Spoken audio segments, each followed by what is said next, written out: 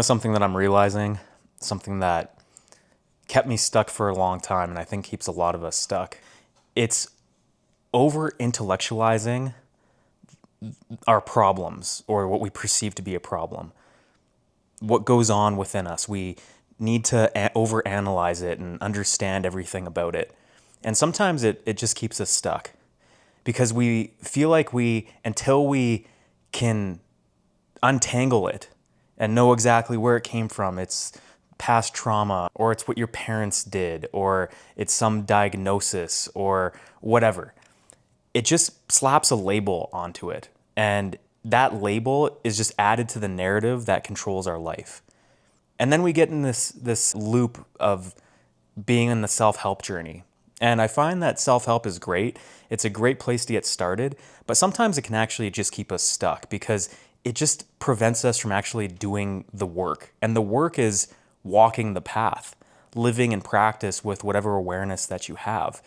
Whereas the more we go down the self-help hamster wheel, I call it, it's just like mental masturbation. It's just thinking and thinking about, adding more concepts and labels, and it helps us feel better in the moment, reading a self-help book or some motivational video or whatever, but it doesn't actually do the work for us. It gives us some awareness of maybe how to approach something that we're dealing with, but the only way to actually transcend and elevate yourself is to live in practice with whatever trigger that you're dealing with, whatever problem you're facing, whatever it is. Life is giving you exactly what you need to evolve. We don't always need another book or another video or another whatever it is. To regulate ourselves is just to live in practice with awareness, with beingness, with self-observation. It's sitting with it. And it is the most uncomfortable thing, but we tend to distract ourselves from it. I know I did for a long time. I'd get caught up in, watching another YouTube video or reading another book or whatever it is. And this video, if you take one thing away from it, it's to just live in practice. It's to get off the self-help hamster wheel if you feel like you're on it, and to just do the work in the moment. When you're triggered, when you're, living compulsively, when you're living reactively, take your power back. Do the hard thing in whatever capacity that is for you. Only you know what the answer is, but you've got to follow it. You've got to do it because that is how you walk the path. And walking the path, living in practice, puts you in the direct experience of the understanding. Everything else is just concepts and labels and intellectualizing. And again, when we get caught up in the narratives, in the concepts, in the ideas, it's very surface level. We stay in this superficial realm of self-help or just thinking about healing or growth or whatever. The work to be done is in the moment right now. It's in this exact moment with whatever it is that's in front of us. Because as I said, life is always giving us exactly what we need in the moment to transcend, to evolve, to elevate ourselves, to come back to ourselves. And a lot of that is regulating the nervous system. It's breathing through triggers. It's breathing through the urges and the compulsions and the boredom and the discomfort and the pain and the need to do something.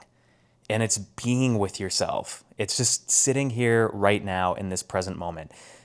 Nervous system regulation is the intersecting point between your mind, your spirit, and your body. It's right now in this present moment.